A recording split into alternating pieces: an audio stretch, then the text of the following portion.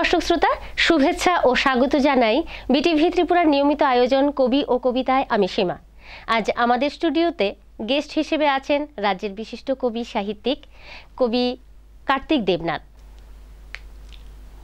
আজকে বিটিভির এই আয়োজনে আমাকে সামিল করায় আমি বিটিভির কর্মকর্তাদের আন্তরিক শুভেচ্ছা ও অভিনন্দন জানাই। আজ আপনাদের পাশাপাশি এই গুণী কবির সাথে আমরা কিছুটা সময় কাটাবো স্বরচিত কবিতা পাঠ ও কথা দিয়ে। তো চলুন আমরা কবির কাছে চলে যাই। আপনার লেখালেখিটা ঠিক কবে থেকে শুরু হয় আমরা সেটা জানতে চাই। লেখালেখিটা আমি ছোটবেলা থেকেই একটু একটু করে লিখতাম। তারপর স্কুল জীবনে তাও একটুখানি লিখেছি। স্কুল শেষ করার পরে লেখালেখি ধারাবাহিকতা তখন সেভাবে ছিল না, কিন্তু লেখা চলতো। আর আমার এই কবিতা, এগুলি কি কবিতা হতো কি না তখন আমার মধ্যে সেই ধারণাও জন্মায়নি। পরবর্তী সময়ে যখন আস্তে আস্তে আমার কবিতা লেখার পরিধি একটু বাড়তে শুরু করলো, আমি রমেশ স্কুলের শ্রদ্ধেয় শিক্ষক হরেকৃষ্ণ আচার্য মহাশয়কে কবিতাগুলি দিতাম। উনি কবিতাগুলি পড়ে আমাকে যেখানে যেখানে দরকার সংশোধন করতেন। সংশোধন করে আমাকে বলতেন এই জায়গাটা এমন করলে ভালো হয়। তো তখন একটু একটু মনের জোর পেয়েছি। তার পরবর্তী সময়ে যখন অনলাইনের সুযোগটা আসলো, কারণ আমাদের কাছে তখন সেই টিভি মোবাইল ছিল না। আচ্ছা। তো আমরা অনেক বেশি বয়সেই মোবাইলটা হাতে পেয়েছি এবং যখন অনলাইনে বিভিন্ন গ্রুপ বেরোলো তখন চেষ্টা করলাম সেখানে অংশগ্রহণ করতে। অংশগ্রহণ করার পর বিভিন্ন জায়গা থেকে যখন সম্মাননা সনদ পেতে শুরু করি, মনের জোরটা বেড়ে যায়।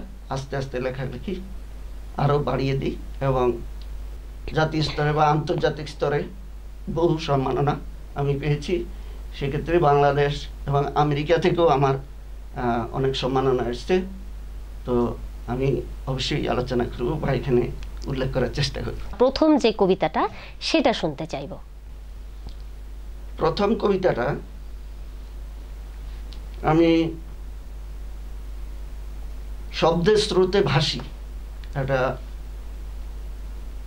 পরিবার কবিতার, সেটা পরিচালনা করতেন শ্রীমতী ছায়া নস্কর। তো আমার মনে ভীষণ ভয় ছিল যে আমার আসলে কবিতা হয় কিনা। তবু এটা পরীক্ষামূলক, আমি বলবো এখানে যে এটা পরীক্ষামূলকভাবে আমি চেষ্টা করেছিলাম একটা কবিতা দিয়ে। সেটা ছিল সাপ্তাহিক সেরা কবিতার সম্মাননা। তো বহু কবিরা সেখানে কবিতা দিয়েছেন, আমি সাহস করে আমার প্রথম কবিতাটা দিলাম। কবিতাটার নাম ছিল হিতাকাঙ্ক্ষী। স্বপ্ন দেখি কবি হব, লিখব মনের কথা, এলোমেলো সব শব্দগুচ্ছ হারিয়ে যায় কোথা।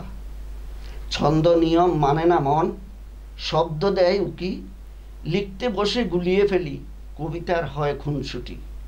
কবির স্বপ্ন অধরাই রবে, পূরণ হবে নাকো, সুন্দর সুন্দর কবিতা লিখে ত্রিবেণীকে বাঁচিয়ে রেখো। এই যে কবিতাটা, একটা ছোট্ট কবিতা আমি পরীক্ষামূলকভাবে সেখানে দিয়েছি এবং দেখা গেল যে আমার এই প্রথম কবিতায় সাপ্তাহিক সেরা কবিতা হিসাবে সেখানে সম্মাননা এসেছে। তারপর থেকে আমার কবিতা লেখার শুরু আমি বলতে পারি। আচ্ছা, তা আমরা খুব সুন্দর একটা কবিতা শুনেছি কবির মুখে। এবার আবারও প্রশ্নে চলে যাই, আপনার শৈশবটা কোথায় কেটেছে? শৈশব বলতে আমার জন্ম বাংলাদেশে কুমিল্লায়। তো সেখান থেকে আমরা 1964 সনে দেশ থেকে সবাই এই দেশে ভারতবর্ষে চলে আসি। এখানে এসে আমাদের প্রথম অমরপুরে সর্বং নামে একটা গ্রাম, সেই গ্রামে আমরা সেখান থেকে এক্সচেঞ্জ করে আসি। সেখানে আমার লেখাপড়ার জীবন ক্লাস 8 পর্যন্ত। তারপর থেকে আমি আমাদের বাড়ি থেকে স্কুল প্রায় 6 কিলোমিটার দূর শহরে, সেখানে এসে পড়াশোনা শুরু করলাম অমরপুর উচ্চতর মাধ্যমিক বিদ্যালয়ে। এখান থেকে সরাসরি এমবিবি কলেজ। তারপর যখন একটা 1980 সালে একটা পরিস্থিতি যেটা খারাপ হলো, আমরা অমরপুরের সেই বাড়ি ফেলে উদয়পুর এসে আমরা স্থায়ীভাবে বসবাস করতে শুরু করি। কবিতার পাশাপাশি আর কি লিখতে ভালোবাসেন? সাহিত্যের তো বিভিন্ন শাখা রয়েছে, তো কোন শাখা, কবিতা ছাড়া আর কোন শাখাটা আপনার কাছে ভালো লাগে? পরমাণু গল্প, পরমাণু কবিতা, এমনিতে ছোট গল্প বা বড় গল্প, তারপর ত্রিবেণী কবিতা যেটা 3 লাইনের মধ্যেই শেষ হয়ে যায় কিন্তু তার অর্থ অনেক বড় থাকে, লিমেরিক কবিতা, সংহতিমূলক কবিতা, বিভিন্ন ধরনের কবিতাতেই লেখালেখি করি। আচ্ছা, কবিতা তো আমরা অনেকগুলো শুনেছি, এখন একটা পরমাণু গল্প যেটা, সেটা একটু সেটার স্বাদ নিতে চাই।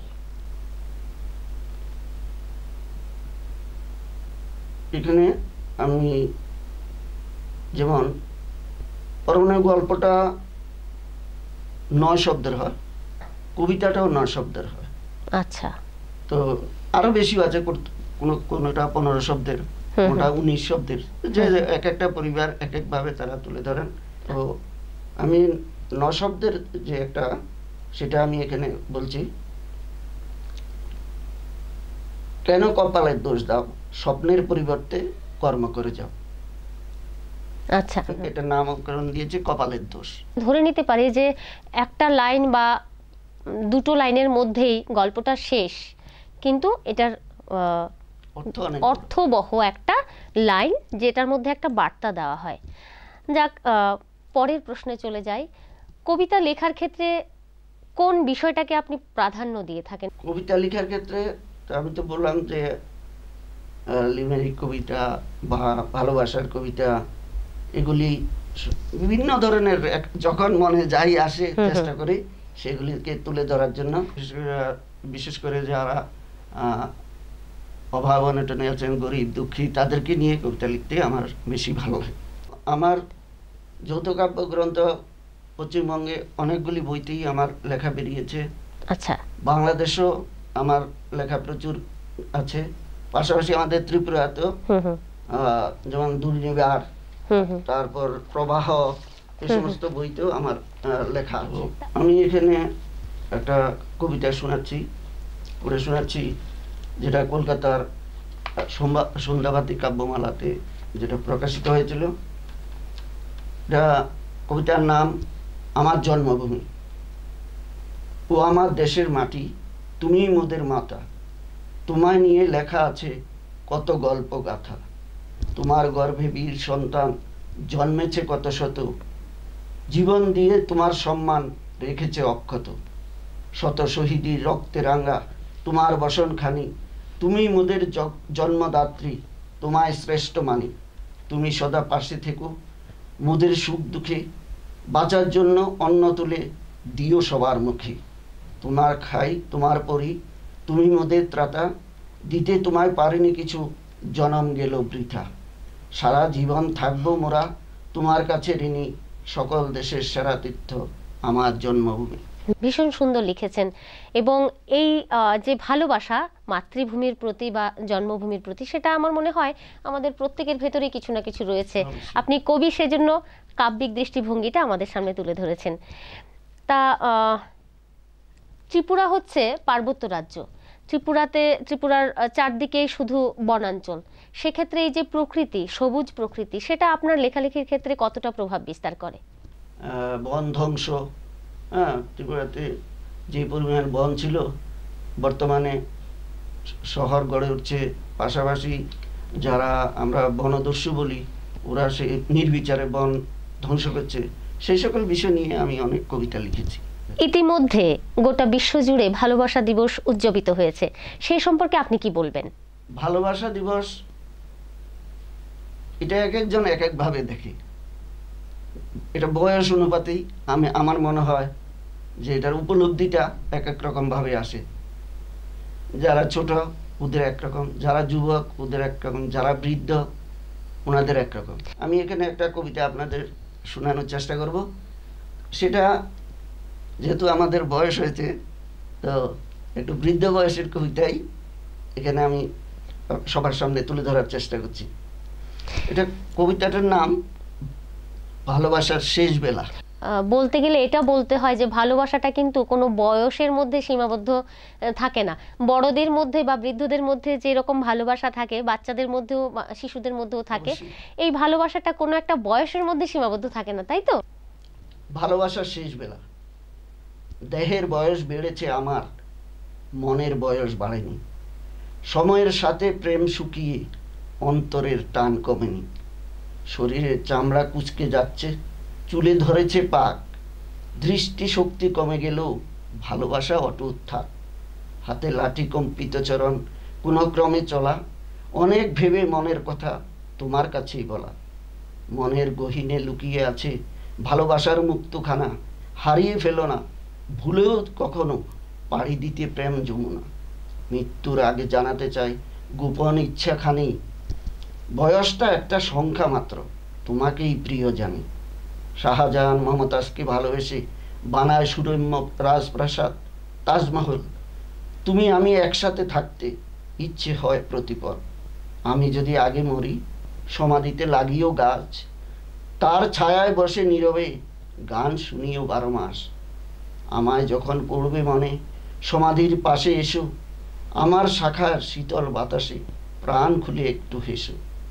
তুমি আগে ছেড়ে গেলে ফুলমালায় সাজাবো শ্মশান, প্রতিদিন সমাধির পাশে বসে গাইব প্রেমের গান।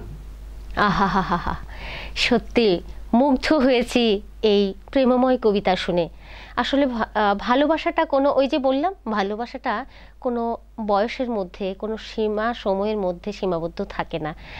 ওনার কবিতার মধ্যেও আমরা সেটাই দেখতে পেয়েছি, এবং বয়সটা একটা সংখ্যা মাত্র। তো অনেক ধন্যবাদ আপনাকে এমন সুন্দর একটা কবিতা আমাদেরকে উপহার দেওয়ার জন্য। কি বলেন দর্শক শ্রোতা আপনারা? আমরা এখন চলে যাব ছোট্ট একটা বিরতিতে। বিরতির পর আবার ফিরছি, সঙ্গে থাকুন। শোনো শোনো ভোজন রসিক, শোনো মন দিয়া, ঝাঁঝের স্বাদে রান্না করো লং তরাই দিয়া। ইলিশ সর্ষে পোস্ত বাটা যেমন ইচ্ছে নাও, মালাই চিংড়ি মাংস কষা চেটে পুটে খাও, আহা চেটে পুটে খাও, আহা চেটে পুটে খাও। লং তরাই কাচ্চি ঘানির সর্ষে তেলে টেস্ট, যে খাবে সেই বলবে লং তরাই বেশ। লং তরাই সর্ষের তেল, ঝাঁঝে স্বাদে তোমাকে চাই। আহা লং তরাই বেশ, আহা লং তরাই বেশ। হিরে দেখুন নতুন করে, ডিজাইনার হীরের গয়নার অভূতপূর্ব এক অভিজ্ঞতা। শ্যাম সুন্দর কোম্পানি জুয়েলার্স। স্যার স্যার,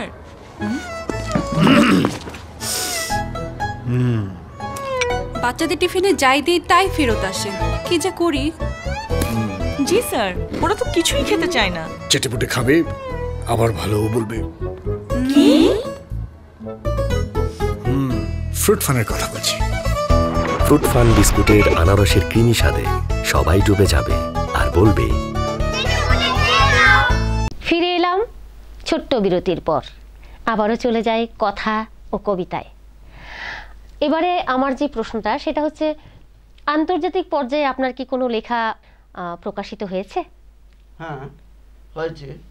তো আমি বাংলাদেশের বিভিন্ন বইয়ে আমার লেখা প্রকাশিত হয়েছে, পাশাপাশি আমেরিকাতে আমার লেখা ওখানকার আমরা পাঠাই। আমাদের ভাষাটা বাংলা, আমরা বাংলাকেই গুরুত্ব দিই। তো ওখানে তারা এই বাংলা ভাষাটাকে পরিবর্তিত করে ওদের ওখানে ভাষা, ওখানে কবিতাটা প্রকাশিত হয়, অনুবাদ করে। হ্যাঁ, তারপর তার উপরে ওরা সম্মাননা দেয়। তো সেক্ষেত্রে একটা institute cultural Colombia কাসা Poetica Mejia প্লামাস, একটা বিশাল তাদের অনলাইন যে প্রতিযোগিতা, ঠিক বলা ঠিক হবে না, কবিতা সারা বিশ্বের কবিদের কবিতা নিয়ে ওনারা চর্চা করেন এবং তার উপরে ওনারা বিভিন্ন সময়ে সম্মাননা প্রদান করেন। সেক্ষেত্রে আমার এখন পর্যন্ত তাদের কাছ থেকে যে আন্তর্জাতিক কবির সম্মাননা, সেটা আমি তাদের কাছ থেকে পেয়েছি, অনলাইন সম্মাননা। আন্তর্জাতিক গোল্ডেন সিগাল অ্যাওয়ার্ড আমাকে দেওয়া হয়েছে। ডিপ্লোমা ইন লিটারারি সম্মাননা 2023, সেটা আমাকে দেওয়া হয়েছে। সাহিত্যের সর্বোচ্চ সম্মান যেটা আমেরিকা, দ্য গোল্ডেন ইগল দেওয়া হয়েছে। তাছাড়া অন্তোনিও মাচাদো জাতীয় প্রবন্ধ পুরস্কার এবং অন্তোনিও মাচাদো আন্তর্জাতিক সাহিত্য পুরস্কারে আমাকে ভূষিত আচ্ছা, তাহলে আমরা দেখতে পাচ্ছি যে আন্তর্জাতিক পর্যায়ে আপনার অনেকগুলো লেখা ছাপা হয়েছে। সেখান থেকে কি আমাদেরকে কোনো কবিতা শোনাবেন? হ্যাঁ, শোনাতে পারি। হ্যাঁ, আমরা একটা তাহলে বাংলাদেশের কোনো বইয়ে বা পত্রিকায় আপনার লেখা ছাপানো হয়েছে সেরকম একটা কবিতা আমরা শুনি। বর্তমানে বাংলাদেশে বইমেলা চলছে, সেখানে কবির কাব্যকথা এবং কালের শ্রেষ্ঠ সন্তান এই দুটি বই প্রকাশিত হয়েছে।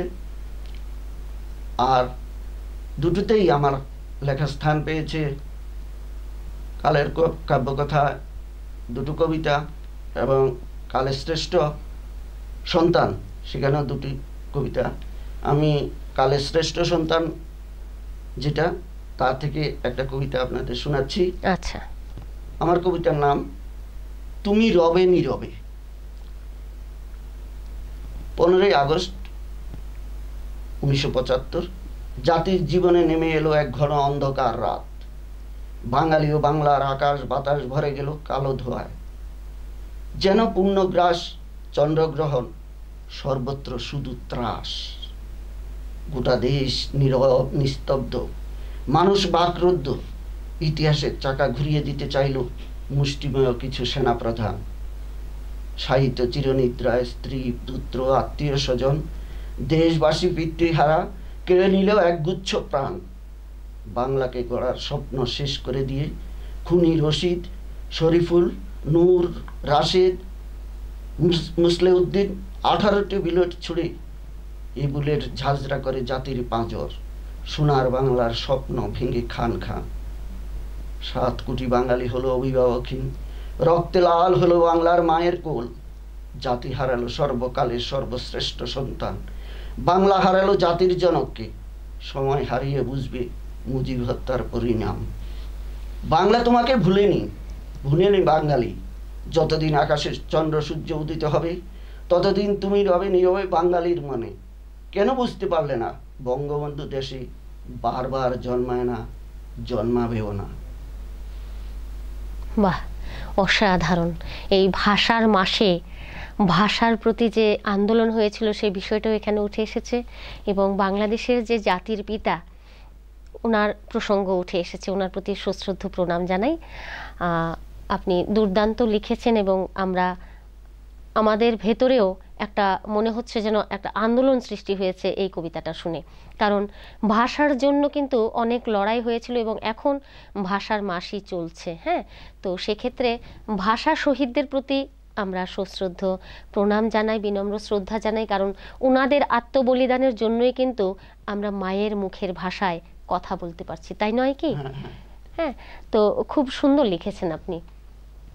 এবারে আমি যেটা জানতে চাইবো যে লেখালেখির ক্ষেত্রে তো অনেক বিষয়বস্তু উঠে আসে, সেক্ষেত্রে ধর্মটাকে আপনি কতটা প্রাধান্য দিয়ে থাকেন লেখার ক্ষেত্রে? আসলে ধর্ম নিয়ে লেখাটা একটু সমস্যাজনকই হয়, সবসময় সেটা নিয়ে লেখা যায় না। তারপরেও আমি যেটা লিখি সেটা হলো সংহতিমূলক। আচ্ছা, কোনো একটা ধর্মকে প্রাধান্য দিয়ে আমি লেখার চেষ্টা করি না। সব ধর্মকেই প্রাধান্য দিয়েই আমি আমার লেখাতে ধর্ম বিষয়ে যদি কিছু লিখি সেটা চেষ্টা করি। তো এক্ষেত্রে আমি একটা সংহতিমূলক কবিতা এখানে তুলে ধরছি, যেটা কলকাতা বইমেলাতে প্রকাশিত হয়েছে। ভৈরবী বইমেলা সংখ্যা 2024 বলে। এখানে আমার কবিতার নাম ধর্ম যার যার, ঈশ্বর সবার। বাহ। কে শোনালো কৃষ্ণ নামের সুমধুর ধ্বনি, মন প্রাণ আকুল করে স্তব্ধ করে ধমনী। আমাতে আমি নাই, কোথা হারিয়ে যাই, মনে হলো সকল শান্তি সেখানেই পাই। পূবেতে কীর্তনের সুর, পশ্চিমে আজান, দুকান ভরে শুনে শান্তি পায় প্রাণ। নিশীতে কি দিবসে ভাবি শুধু মনে, কেন করে ভেদাভেদ দুঃখ লাগে প্রাণে। কি এক অজানা ঢেউ ভক্তির তুফানে, প্রাণে আকর্ষণ জাগে আজানে কীর্তনে। পাখিরা বাতাসে সুরের মূর্ছনা খুঁজে, খণ্ড খণ্ড মেঘেরা আকাশে মুখ বুঝে। বাতাসে পাই আতরের ঘ্রাণ, মুগ্ধ চরাচরে ভেদাভেদ করোনা ঈশ্বর আল্লাহর বিচারে। দুজনের আশীর্বাদের হাত মানুষের মাথে, তাদের পার্থক্য খুঁজলে দুঃখ পাবে তাতে। গানের মূর্ছনায় আজানের সুর শুনি, পাখির গানে যেন কীর্তনেরই প্রতিধ্বনি। ভ্রমরের গুঞ্জন বলে দেয় কানে কানে, আজান আর কীর্তনে পার্থক্য নাহি মানে। যে যার প্রভুকে ডাকো, ছাড়ি হিংসা দেশ, পৃথিবীতে বয়ে আনো শান্তির পরিবেশ। যে জাতি হও না তুমি, ধর্ম যার যার, ঈশ্বর আল্লাহ গড ভগবান তারা সবার, তারা সবার। বাহ, অসাধারণ একটা বার্তা আপনি দিয়েছেন এই কবিতার মধ্য দিয়ে। সত্যিই তো প্রত্যেক ধর্মই কিন্তু শান্তির কথা বলে, তাই না? প্রত্যেক ধর্মই আমাদেরকে শান্তির বার্তা দিয়ে থাকে। আমরা ঈশ্বর যাকে বলি বা গড যাকে বলি বা আল্লাহ যাকে বলি, আসলে কিন্তু প্রত্যেকেই একই না। এবং আপনার কবিতা সে কথাই বলল।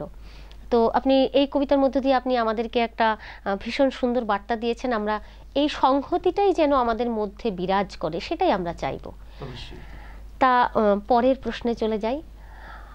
বর্তমান সমাজে বিভিন্ন প্রত্যেক বাবা মাই, বর্তমান সমাজে প্রত্যেক বাবা মাই চায় তার সন্তান প্রথম হোক, মানে একটা প্রতিযোগিতা সৃষ্টি করে দেন, সন্তানের মগজে ঢুকিয়ে দেন। তো সেক্ষেত্রে আপনার কাব্যিক দৃষ্টিভঙ্গি আমরা একটু জানতে চাই। তো আমি এ কথাই বলবো যে তাদের উপর চাপিয়ে দেওয়ার যে স্বভাবটা, সব বিষয়ে প্রথম হতে হবে, সারাদিন পড়তে হবে, খেলাধুলা, বন্ধু বান্ধব, কারোর সঙ্গে আত্মীয় স্বজন সব কিছুকে আলাদা করে দিয়ে ওকে শুধু যদি মানুষ করা, সে মানুষ হিসাবে গড়ে উঠবে না। আসলে হয়তো শিক্ষিত হবে, আপনার ছেলে হোক আমার ছেলে বা মেয়ে শিক্ষিত হবে, কিন্তু ওরা মানুষ হবে বলে আমার ধারণা নেই। একজন সাহিত্যিক হিসেবে বা একজন কবি হিসেবে আপনি কি বার্তা দিতে চান, এই বিষয়ে যদি কোনো বার্তা দিতে চান কিনা? অবশ্যই। তো এক্ষেত্রে আমি আমার লেখা একটা কবিতার মধ্যে দিয়ে আমি চেষ্টা করব আপনার প্রশ্নের উত্তর দিতে। আচ্ছা। আমার কবিতা সদা মনে জাগে ভয়।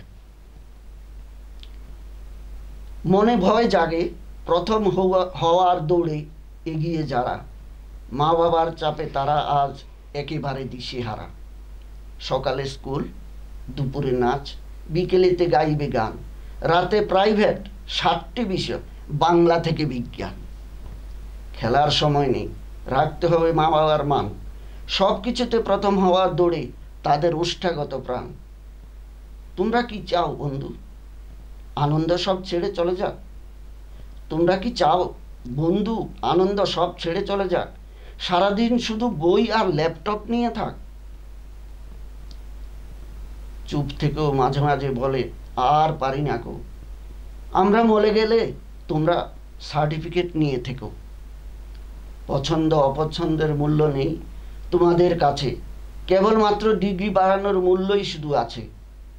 তোমাদের দোষে সন্তানরা শিক্ষিত হয়, মানুষ নয়। তাই তো বড় হয়ে অসামাজিক কাজে লিপ্ত হয়। ওই বাড়ির যে ছেলেটি প্রতি বিষয়ে 90-এর বেশি রাখে, বড় হয়ে মা বাবাকে বৃদ্ধাশ্রমে দিয়ে একটা প্লেটে থাকে। বুঝতে পারছো এখন? ডাক্তার ইঞ্জিনিয়ার হওয়ার সাথে মানুষ গড়ার স্বপ্ন যেন থাকে সবার মাথে। নম্বরের দৌড় থেকে বেরিয়ে এসে মানুষ গড়ে নাও, অমানুষ থেকে মানুষ করার স্বপ্ন খুঁজে পাও। বাহ, এটার মধ্যেও কিন্তু আমরা একটা বার্তা খুঁজে পেয়েছি।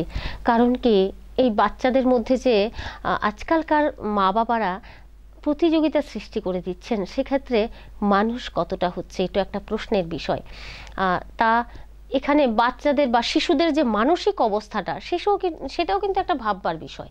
এক্ষেত্রে কবি জয় গোস্বামীর টিউটোরিয়াল কবিতাটা আমার ভীষণ মনে পড়ছে। হ্যাঁ, তো ওই কবিতাটার প্রেক্ষাপটের সাথে আপনার কবিতার প্রেক্ষাপট একদম মিলে গেছে। ওই কবিতাতেও কিন্তু এই ধরনেরই লিখেছে যে বাবা চান যে সন্তান যেন, ছেলে যেন প্রথম হন। কাগজের প্রথম কাগজের নাম থাকতে হবে, প্রথম পাতায় নাম থাকতে হবে, প্রথম হতে হবে। তো সেক্ষেত্রে এই বিষয়গুলো আসলে আমরা বাবা মায়েরা একটুখানি শিশুদের কথা, হ্যাঁ, সুন্দর বার্তা দিয়েছেন আপনি কবিতার মধ্য দিয়ে। সামাজিক অবক্ষয়ের মধ্যে আমরা অনুষ্ঠানের একেবারে শেষ পর্যায়ে চলে এসেছি। আমরা আর একটা কবিতা শুনব। সামাজিক অবক্ষয় হোক বা কবির নিজের পছন্দ অনুযায়ী যে কবিতাটা তিনি বলতে চান, আমরা শুনে আজকের অনুষ্ঠান আমরা শেষ করব। শুনব। আমি সর্বশেষ কবিতা পড়ে শোনাচ্ছি। সাদা পোশাকেও ময়লা থাকে, আমি সিগারেট সাদা পোশাক পরি, স্বচ্ছতার আড়ালে আমি ক্যান্সারের জীবাণু বয়ে চলি, আমার গুণের কথা কি আর বলবো, বলিহারি। 10 ভাইয়ের সংসারে প্যাকেটে বন্দি থাকি, আমাদের কদর মানুষের মুখে মুখে, চুমুতে চুমুতে জীবনটাকে ছাই করে দেয়।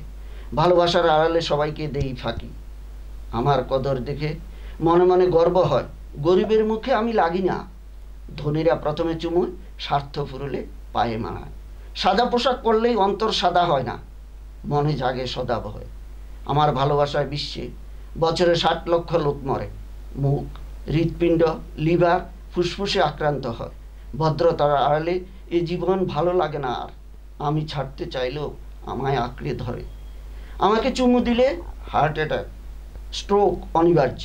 গর্ভবতী নারীদের নিকোটিনে ব্যাপক ক্ষতি, জন্ম হওয়ার আগেই সন্তানগুলো মরে, তবু আমাকে ধরে সুখের আবেশে ভরে, আমি মুখ লুকিয়ে কাঁদি। কিছু দেশ আমার ব্যবহার কমানোর উদ্যোগ নেয়, সাধুবাদ জানাই তাদের। অতিরিক্ত কর আরোপে পারবে কি নিঃশেষ করতে? সদিচ্ছার অভাব দেখতে পাই, অশ্রু জলে সিক্ত। এই ভালোবাসা কি অমর হয়ে থাকবে? আমি আছি উত্তরের অপেক্ষায়, উত্তরের অপেক্ষায়। এই উত্তরের অপেক্ষায় আমরাও আছি, কারণ সমাজ থেকে যদি এই নেশা জাতীয় বিষয়গুলো যদি না ওঠানো যায়, তাহলে কিন্তু কবির লেখার মধ্যে যেভাবে উঠে এসেছে কতটা মারাত্মক সেটা আমরাও বাস্তবে আমরা দেখতে পাবো। তো কবির লেখার মধ্য দিয়ে আমরা যে বার্তাটা পেয়েছি সেটা আমরা অবশ্যই আমরা বলতে চাইবো যে এই ধূম্রপানটা বন্ধ হোক, নেশা জাতীয় দ্রব্য বর্জন হোক। কবিকে অনেক ধন্যবাদ, আমাদেরকে স্টুডিওতে সময় দিয়েছেন এবং বিভিন্ন কবিতার মধ্য দিয়ে আমাদেরকে বিভিন্ন বার্তা দিয়েছেন। অনেক ধন্যবাদ কবিকে। আমাদের সময় শেষ আমি যেটা বলতে চাই যে বই পড়ুন, বই উপহার দিন। শুধুমাত্র বই মেলা, বই প্রকাশ করলেই বই লেখার বা কবিতা লেখার যাই হোক তার সার্থকতা আসবে না। আপনারা বই পড়ুন, বিভিন্ন অনুষ্ঠানে বই উপহার দিন। এই অভ্যাস আমাদের গড়ে উঠলে লেখার যারা লেখেন তাদের যেমন সার্থক হবে, পাশাপাশি বিভিন্ন অনুষ্ঠানগুলি সাহিত্যের উপর সেগুলো সার্থকতা লাভ করবে বলে আমার ধারণা। সবাইকে নমস্কার। অনেক সুন্দর বলেছেন। আমরাও কবির এই কথাটুকু ধারণ করার চেষ্টা করব, বই পড়ার অভ্যেস করা এবং ছোট ছোট শিশুদের এই বই পড়ার অভ্যেস গড়ে তোলাটাও আমাদের একটা দায়িত্বের মধ্যেই পড়ে। তো কবিকে অনেক ধন্যবাদ আমাদেরকে স্টুডিওতে সময় দিয়েছেন বলে। আমরা আবারও এই অন্য কোনো একজন কবিকে নিয়ে আমরা আপনাদের সামনে আবারও উপস্থিত হব। আপনারা সঙ্গে থাকবেন, বিটিভির পর্দায় চোখ রাখবেন। নমস্কার, ধন্যবাদ।